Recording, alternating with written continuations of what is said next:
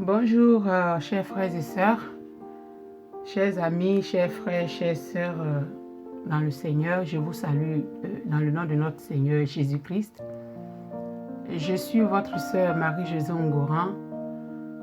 Je viens vers vous ce matin pour partager avec vous, comme je l'avais dit précédemment, partager avec vous la parole de notre Seigneur Jésus-Christ, Yahushua Mashiach. Donc, ce serait une petite exhortation, mes frères et mes sœurs, un petit partage de la parole. Et aujourd'hui, nous allons parler de la vie nouvelle. La vie nouvelle avec le Seigneur Jésus-Christ. Donc, c'est un point très important. C'est un point très important dans la nouvelle vie du nouveau croyant, du croyant en Jésus-Christ. Et c'est une question qui revient souvent. Une question qui revient souvent, on se dit, ben, pourquoi on est devenu chrétien? Pourquoi on quitte la religion, la religiosité pour venir à Jésus-Christ, pour marcher selon la voie de Jésus-Christ de Nazareth? Et cette question, parfois, dans notre entourage, les gens se posent la question, et même nous-mêmes, on peut être amené à se poser la question, mais comment ça se fait qu'avant tu étais catholique, et maintenant tu as quitté le catholicisme pour venir à Jésus-Christ? Ou alors tu étais musulman, tu as quitté pour venir à Jésus-Christ? Ou alors tu étais athée, tu as quitté l'athéisme pour venir à Jésus-Christ? Et cette question, nous devons nous la poser tous.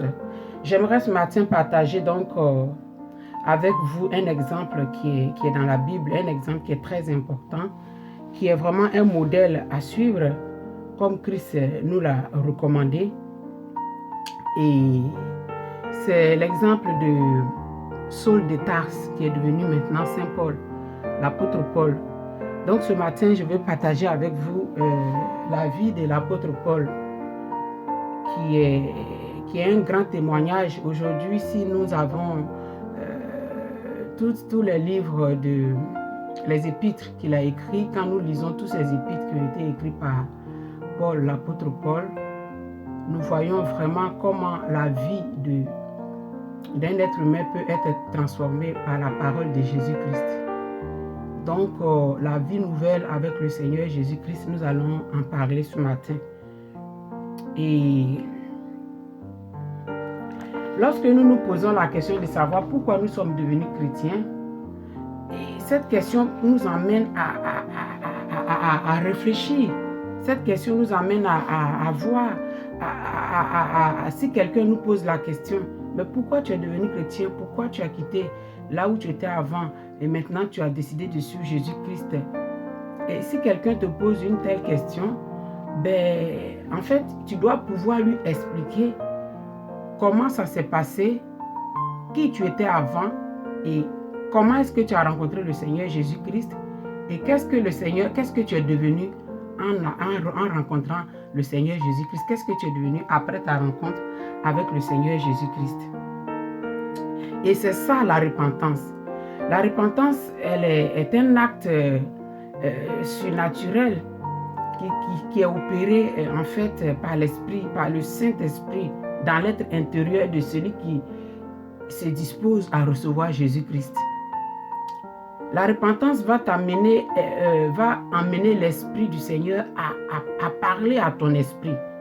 En fait, la nouvelle naissance, la nouvelle vie que nous allons mener avec le Seigneur ne peut avoir lieu que lorsque nous avons laissé le Seigneur parler à notre cœur. Et quand l'Esprit du Seigneur parle à notre cœur, en ce moment-là, nous prenons conscience de notre état de pécheur et c'est comme quelque chose de surnaturel qui s'opère dans notre vie et ça nous permet de prendre conscience de notre état de pécheur et à partir de là, nous décidons de suivre le Seigneur Jésus et nous devenons une nouvelle créature. Donc la vie nouvelle avec le Seigneur Jésus-Christ, comme je l'ai dit, nous allons voir l'exemple de Paul dans le livre des Actes des Apôtres.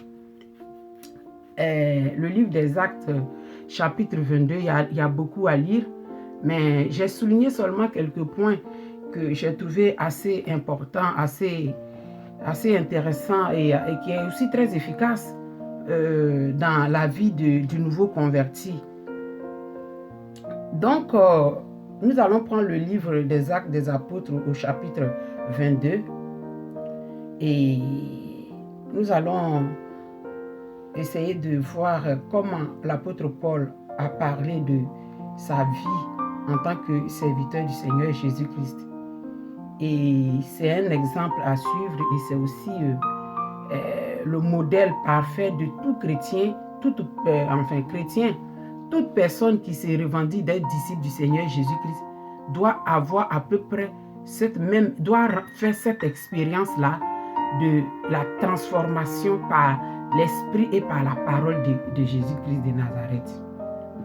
Donc, ici, Paul a décortiqué, il a exposé, il a expliqué sa vie en seulement 3 étapes.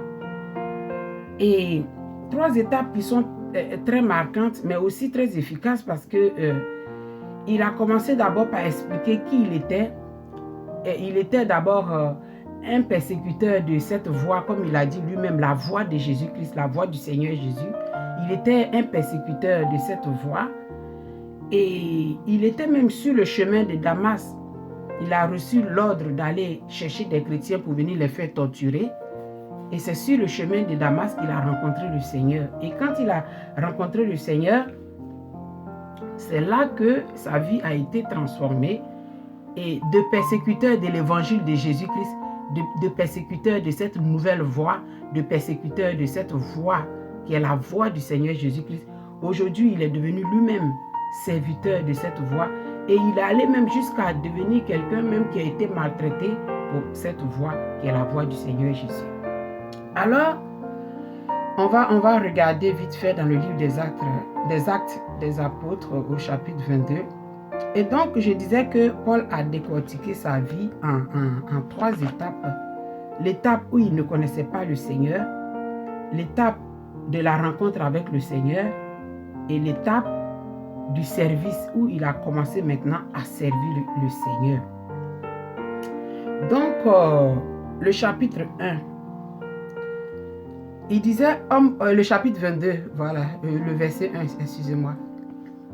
Il disait, homme, frère et père, écoutez ce que j'ai maintenant à vous dire pour ma défense. Lorsqu'il l'entendit et qu'il leur parlait en langue hébraïque, il redoublait de silence et Paul dit, je suis juif né à Tars, en Cilicie, mais j'ai été élevé dans cette ville-ci et instruit au pied de Gamaliel dans la connaissance exacte de la loi de nos pères, étant plein de zèle pour Dieu comme vous êtes aujourd'hui. J'ai persécuté à mort cette doctrine, liant et mettant en prison hommes et femmes. Donc, ici, il parle de sa vie avant d'avoir rencontré le Seigneur.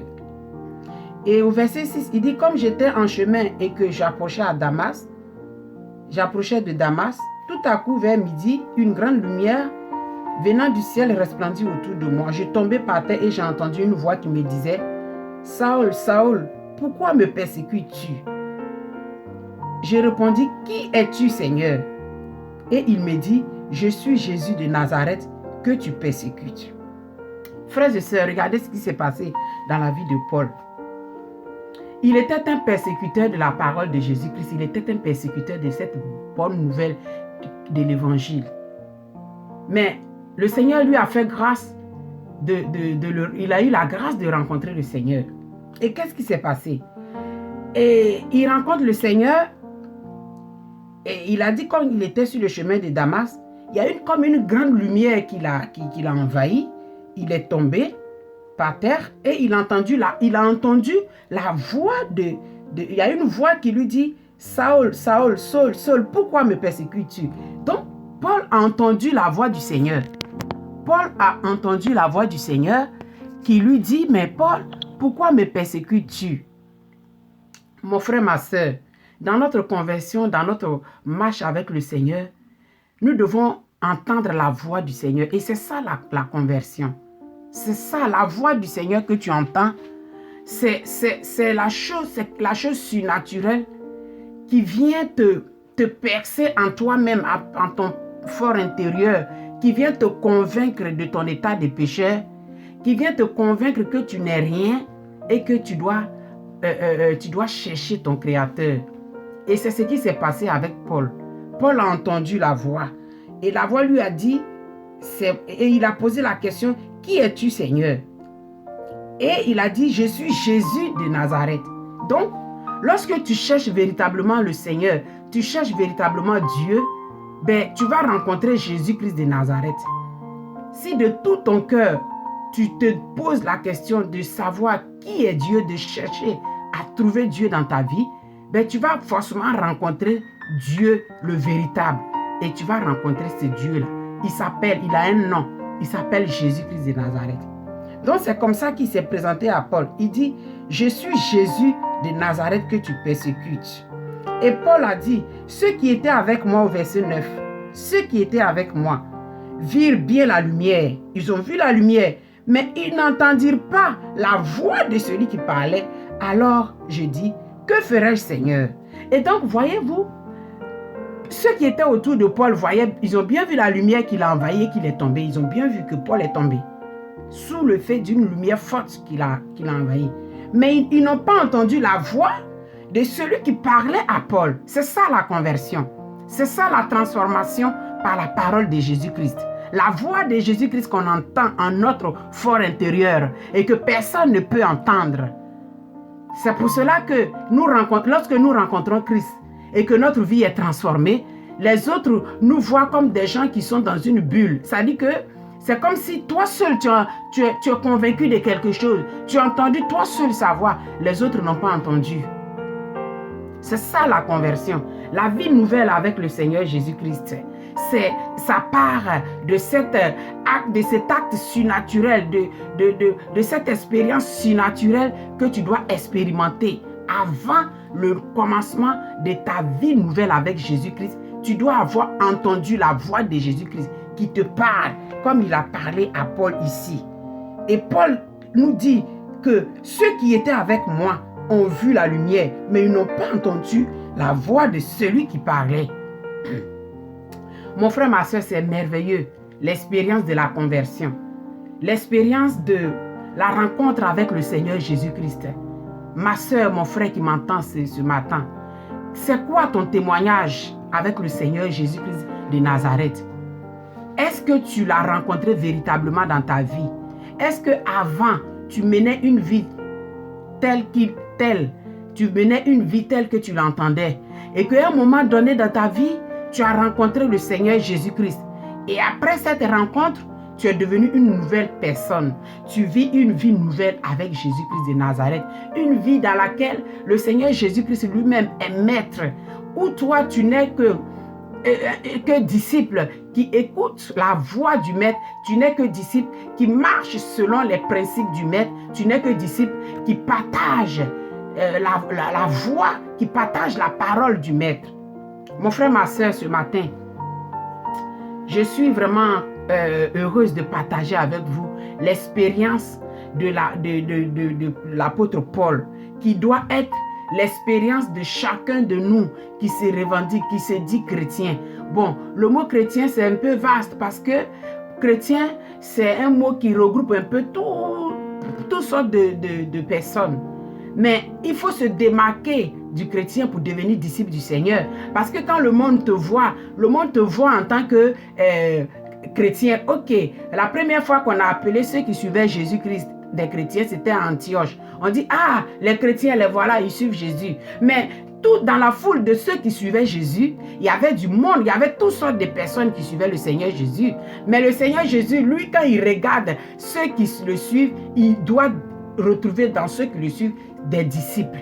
Il dit, allez et faites de toutes les nations des disciples.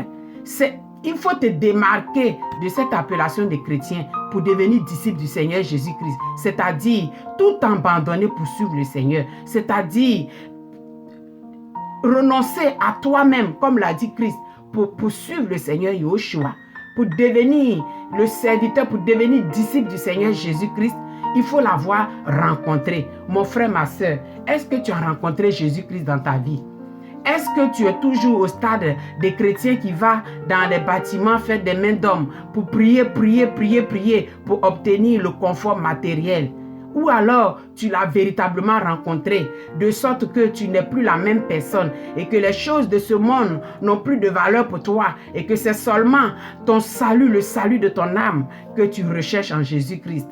Est-ce que cette vie nouvelle en Jésus, cette vie où seule la parole de Jésus-Christ importe dans ton cœur, dans ton âme, tous les jours quand tu te lèves, tu penses à Jésus, quand tu te couches, tu penses à Jésus, tout ce que tu fais, Jésus est présent. Est-ce que tu es dans cette nouvelle vie avec le Seigneur Jésus-Christ? La vie nouvelle avec le Seigneur Jésus-Christ. Et c'est cette nouvelle vie-là que le frère Paul, Saint Paul, l'apôtre Paul, a vécu tout au long de sa vie jusqu'à la fin de sa vie sur la terre. Cette nouvelle vie-là que l'apôtre Paul a vécue, c'est ça qui fait qu'aujourd'hui, nous avons entendu parler du Seigneur parce qu'il y a eu des écrits.